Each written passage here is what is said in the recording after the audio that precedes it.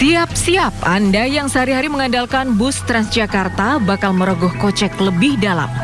Pemprov DKI Jakarta tengah mengkaji skema tarif baru, bukan lagi flat 3.500 seperti saat ini, tapi berdasarkan jarak tempuh. Perubahan tarif terutama akan dikenakan bagi bus Trans Jabodetabek, terutama untuk rute-rute jauh dengan jarak tempuh di atas 100 km. Seperti rute Blok M Bandara Soekarno-Hatta dan rute Blok M Bogor. Nantinya meski tarif Trans Jabodetabek naik, Pemprov DKI Jakarta tetap akan memberikan subsidi agar tarif baru tidak memberatkan masyarakat. Gubernur DKI Jakarta Pramono Anung optimis kenaikan harga Pertamax membuat masyarakat tetap setia menggunakan transportasi umum. Akan ada beberapa perlu penyesuaian. Salah satunya adalah dari Blok M ke Soekarno-Hatta. Blok M ke Soekarno-Hatta kan sekarang 3.500. Koper juga bisa naik ke bus. Maka dibandingkan dengan Damri yang paling murah kan 80.000. Taksi rata-rata 200.000. Kalau kemudian 3.500 untuk parkir di Soekarno-Hatta aja tidak cukup. Rencana perubahan tarif muncul di tengah tingginya beban subsidi yang ditanggung Pemprov DKI. Pada 2026, subsidi Trans Jabodetabek mencapai 401 miliar rupiah dengan rata-rata subsidi sebesar Rp12.250 per penumpang. Dari Jakarta, Rani Sanjaya, iNews melaporkan. Sementara itu, Gubernur Jakarta Pramono Anung meyakini kenaikan harga BBM non-subsidi akan mengubah perilaku masyarakat Jakarta agar mau bermigrasi ke moda transportasi massal. Menurutnya saat ini konektivitas transportasi umum di Jakarta sebenarnya sudah sangat baik dan mencapai angka 93%. Saya akan secara sungguh-sungguh campaign untuk naik transportasi umum. Konektivitas kita seperti yang saya sampaikan sekarang sudah 93%. Tapi orang terus-menerus menggunakan transportasi umum baru di bawah 30%.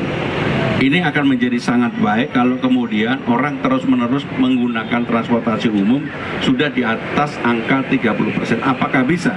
Saya yakin bisa. Apalagi dengan kenaikan BBM ini, maka peluang orang untuk naik transportasi umum juga makin besar. Apalagi ke 15 golongan kan kita gratiskan.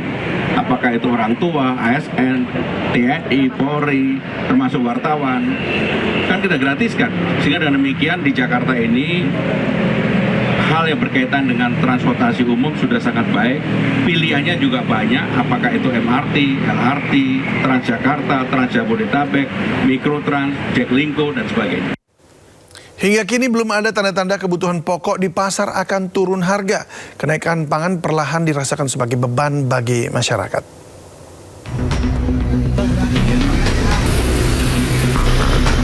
Harga bahan pokok dari hari ke hari terus merangkak naik, salah satunya di Pasar Perumnas Jakarta Timur. Kenaikan harga mulai dari tempe, bawang putih, cabai rawit hingga telur. Harga tempe semula Rp7.000 kini naik menjadi Rp10.000. Bawang putih yang sebelumnya dijual Rp30.000 per kilogram sekarang menjadi Rp40.000. Sedangkan cabai rawit melejit dari Rp35.000 kini dijual Rp65.000 per kilogram. Tingginya harga membuat pembeli dan pedagang mengeluh. Ya paling enggak lah, kayak dulu-dulu aja normal. Ini kan udah naik lagi, turunnya gitu. Parah lah. Makin parah di sini. Agar dapur tetap ngebul, masyarakat kini mulai memperketat pengeluaran mereka. Namun menurutnya jumlah pembeli turut mengurangi pendapatan pedagang. Masyarakat berharap pemerintah bisa segera menurunkan harga pangan agar ekonomi bisa kembali stabil. Dari Jakarta, Rio Manik, iNews melaporkan. Sementara itu sejumlah wilayah di Bogor, Depok, dan Bekasi dilanda mati listrik selama 2 hari berturut-turut. Pemadaman tanpa pemberitahuan mengganggu aktivitas warga.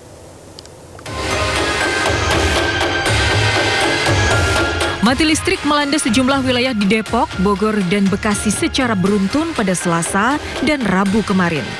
Di Depok, pemadaman listrik berlangsung 2 hari berturut-turut selama 2 jam. Pemadaman listrik tanpa pemberitahuan mengganggu berbagai aktivitas masyarakat. Para siswa yang tengah menghadapi ujian harus belajar dengan penerangan lilin seadanya karena rumah mereka gelap gulita. Pemadaman listrik juga membuat para ibu kesulitan menyiapkan kebutuhan keluarga akibat peralatan elektronik yang tidak dapat digunakan. Lumayan ya, banyak aktivitas yang tertunda jadinya, kayak Tadinya mau jemput anak kan antar jemput biasanya pakai sepeda listrik. Ini sepeda listrik tadi malam mau dicas mati lampu, pagi ini mau dicas mati lampu juga, jadi ya terlambat jadinya jemputnya. Ada pemberitahuan nggak sih dari PLN? Enggak sih, nggak ada pemberitahuan sama sekali sih. Tidak hanya di Depok, pemadaman listrik juga terjadi di sejumlah wilayah di Bogor dan Bekasi dengan durasi rata-rata 2 jam dan di waktu siang maupun malam hari. PLN menyatakan pemadaman listrik yang terjadi di Depok, Bogor, dan Bekasi merupakan upaya penguatan sistem kelistrikan agar tidak terjadi blackout atau pemadaman total. Dari Depok, Jawa Barat, Yung Rizky iNews melaporkan.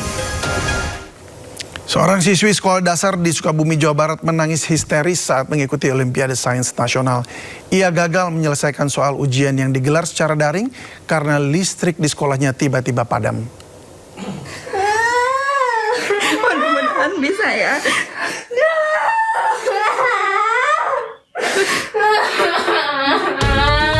Tangis Nadia Putrinda Paramita pecah usai mengikuti Olimpiade Sains Nasional. Ia tersingkir lantaran gagal menyelesaikan soal ujian yang digelar secara daring di sekolahnya. Siswi SD Negeri Gandasoli, Kecamatan Cirenghas, Kabupaten Sukabumi ini gagal menuntaskan soal ujian akibat aliran listrik di sekolahnya tiba-tiba padam saat kompetisi sedang berlangsung.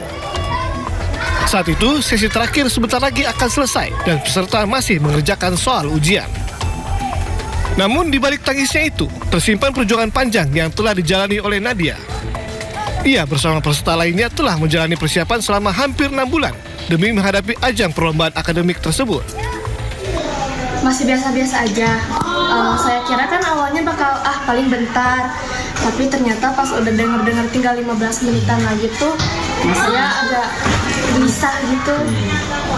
Soalnya kan apalagi udah disiapin dari berbulan-bulan. Jadi saya juga agak panik sebenarnya tuh. Jam 2 kurang itu tiba-tiba mati lampu, tapi sebelumnya itu kan live streaming, nge-freeze dulu, kemudian ada salah satu siswa yang logout tiba-tiba logout sendiri, kemudian masuk lagi menggunakan username, meminta token ke Proco, berjalan beberapa menit langsung mati lampu semua. Kami tunggu sampai sesi akhir, sampai habis jadwal, kami tunggu tapi tidak ada nyala kembali. Akibat kejadian ini, 3 siswa SD Negeri Gandasoli yang mengikuti Olimpiade Sains Nasional harus tersingkir.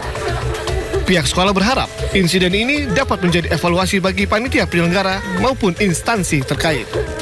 Dari Sukabumi, Jawa Barat, Budi Setiawan, iNews melaporkan. Memasuki hari kedua proses sistem penerimaan murid baru SPMB, kekisruhan terus terjadi dan membuat orang tua wali kelimpungan. Di Brebes, Jawa Tengah, ratusan orang tua harus rela antre sejak subuh untuk bisa mendaftar. Sementara di Cirebon, Jawa Barat, nasib puluhan siswa terkatung-katung akibat berkas pendaftaran tak bisa dicabut karena server SPMB alami gangguan.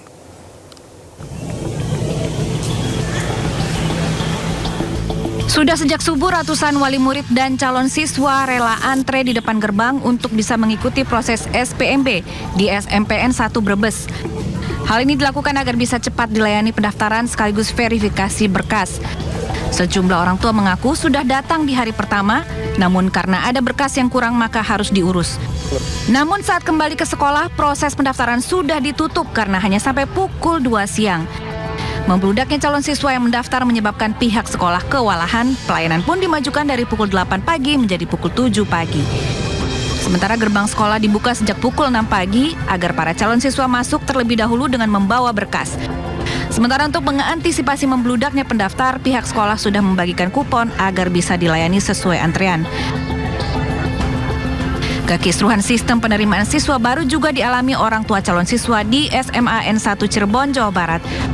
Puluhan wali murid dan calon siswa mengeluh nasibnya yang terkatung-katung dan khawatir berujung pada putus sekolah. Kedatangan wali murid ini untuk mempertanyakan nasib anak mereka yang namanya tergeser dari sekolah yang dipilih, namun berkas pendaftaran tidak bisa dicabut. Akibatnya mereka tidak bisa mendaftar ke sekolah lain. Kendalanya seperti ini, katanya nggak ada cabut berkas atau riset data, nggak ada.